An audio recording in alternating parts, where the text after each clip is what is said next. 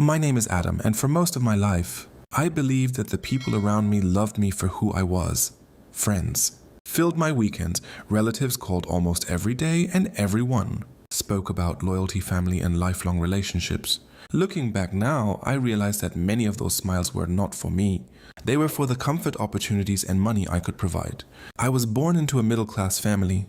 My parents worked hard teaching me that success comes from honesty and dedication. I followed their advice, studied well, and eventually started a small construction business. The beginning was difficult, but I never gave up. I spent countless nights working on plans, visiting clients, and learning from every mistake. After years of struggle, my company finally became successful. Money started flowing in faster than I had ever imagined. I bought a beautiful house, a luxury car, and everything I once dreamed about. People who had ignored me for years suddenly remembered my phone number. My cousins visited every weekend. Old classmates wanted to reconnect. Friends insisted on taking vacations together. Even distant relatives called me their favorite nephew. Everyone praised my kindness, my generosity, and my success. At first, it felt wonderful. Whenever someone needed financial help, I never refused. One friend wanted money to start a restaurant. Another needed help paying university fees. An uncle requested money for medical treatment. A cousin asked for a down payment on a new home. Every story touched my heart. I believed helping others was my responsibility. Whenever someone thanked me, I felt richer than any amount in my bank account. But life has a strange way of testing every belief. One year, the economy slowed down. Several major projects were cancelled. Clients stopped making payments while suppliers demanded theirs immediately. I borrowed money to keep my business alive, believing things would improve soon. Instead, everything became worse. Within months, I had to sell my luxury car. Then I sold another property. Employees whom I considered family had to leave because I could no longer pay their salaries. Watching them walk away broke my heart.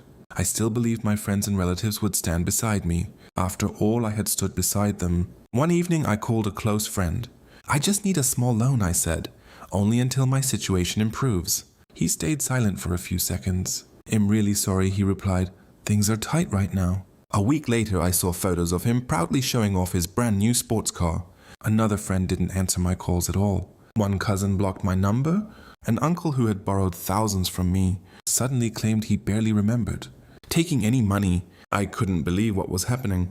The people who once filled my house with laughter had disappeared. The dining table that was always crowded became empty. The phone that never stopped ringing became completely silent. Days turned into weeks. Weeks turned into months. The loneliness hurt far more than losing my money. I started questioning everything. Had they ever cared about me? Or had they only cared about what I could give them? One afternoon, I visited my parents. They lived in the same simple home where I grew up. Nothing had changed there. My mother served tea with the same warm smile she had always worn. My father listened quietly as I shared everything.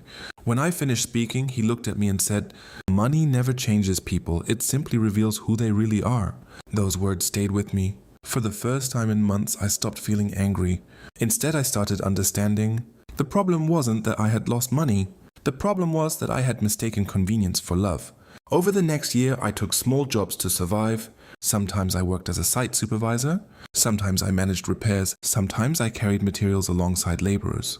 People who once admired my expensive suits now barely recognized me in dusty work clothes. One afternoon, while working on a construction site, an elderly worker sat beside me during lunch. He noticed I looked worried. Without knowing my story, he smiled and said, "A full wallet attracts many people. An empty pocket shows you the ones worth keeping." His simple words carried more wisdom than many expensive business seminars I had attended. I slowly rebuilt my confidence. Instead of chasing quick success, I focused on honest work. I learned new skills. I accepted every opportunity, no matter how small. Months later, a former client unexpectedly contacted me. He remembered how honestly I had treated him years earlier. He offered me a small contract. I completed it with everything I had. Then came another project. And another. Little by little, my business began breathing again. This time I was different. I no longer measured wealth by the size of my bank account. I measured it by peace of mind. During those difficult years, only a handful of people never left my side. My parents, my younger sister, one childhood friend named Daniel. Daniel never asked how much money I had. Sometimes he simply brought dinner. Sometimes he sat with me in silence. Sometimes he reminded me that failure is temporary, but character lasts forever. He never lent me millions. He gave me something much more valuable: hope. As my business recovered, many familiar faces returned. Old friends suddenly remembered birthdays again. Relatives invited me to family gatherings. People began saying they had always believed in me. This time I smiled politely but kept my distance. I had learned the difference between people who love your heart and people who love your wallet. One evening, the cousin who had blocked my number called me. He apologized and asked if I could invest in his new business. Years earlier, I would have agreed immediately. Instead, I wished him well and politely declined. Not because I wanted revenge, but because trust once broken is difficult to rebuild. Life continued moving forward. I bought another house. My business became stable again, but my circle became much smaller. Ironically, I had never felt richer. Real wealth wasn't expensive watches.